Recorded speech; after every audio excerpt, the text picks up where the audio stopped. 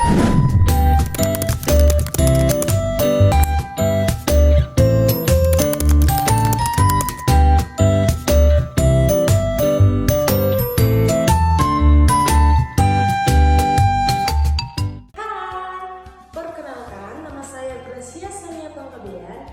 NIM 859791986. Di sini saya akan melaksanakan praktikum IPA di SD dengan judul pencernaan. Selamat menyaksikan. Sistem pencernaan merupakan proses penting dalam tubuh kita. Sistem ini berfungsi untuk mengolah makanan menjadi energi dan zat gizi yang dibutuhkan tubuh. Yang pertama, mulut. Mulut adalah bagian awal dari saluran pencernaan pada manusia yang berfungsi untuk mengunyah makanan, berbicara, serta juga sebagai tempat masuknya udara saat bernapas. Proses pencernaan dimulai dari mulut. Di dalam mulut terdapat gigi dan juga lidah.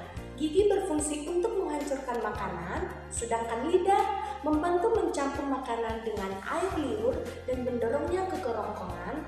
Air liur juga mengandung enzim yang membantu proses pencernaan. Yang kedua, kerongkongan.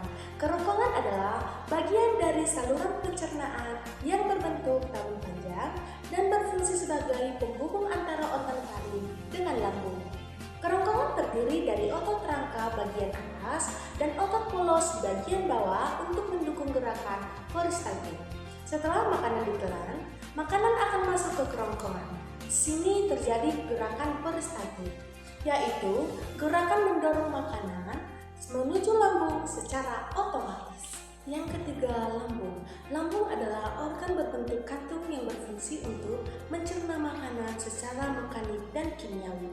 Di dalam lambung terdiri dari fundus dan juga pelorus. Fundus berfungsi sebagai tempat penyimpanan udara atau juga gas yang tertelan bersama makanan.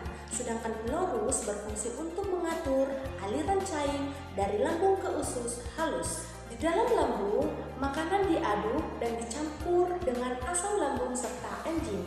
Makanan akan berubah menjadi cairan yang disebut cair. Yang keempat, usus halus. Usus halus adalah bagian dari sistem pencernaan manusia yang berupa saluran panjang yang berbentuk tabur yang terletak di antara lambung dan juga usus besar.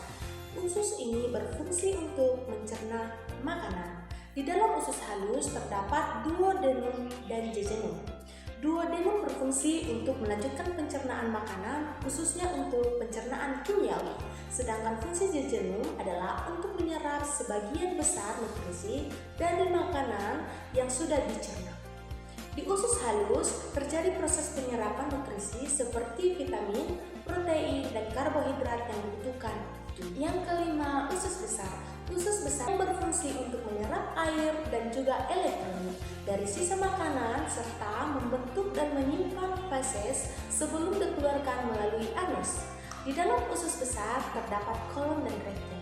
Kolon berfungsi untuk menyerap air dan garam dari sisa makanan serta membantu pembentukan feses. Sedangkan rektum berfungsi sebagai tempat penyimpanan sementara feses belum dikeluarkan melalui anus. Dan yang terakhir adalah anus. Anus adalah bagian akhir dari sistem pencernaan yang berfungsi untuk mengeluarkan sisa makanan dan kotoran atau feses dari tubuh.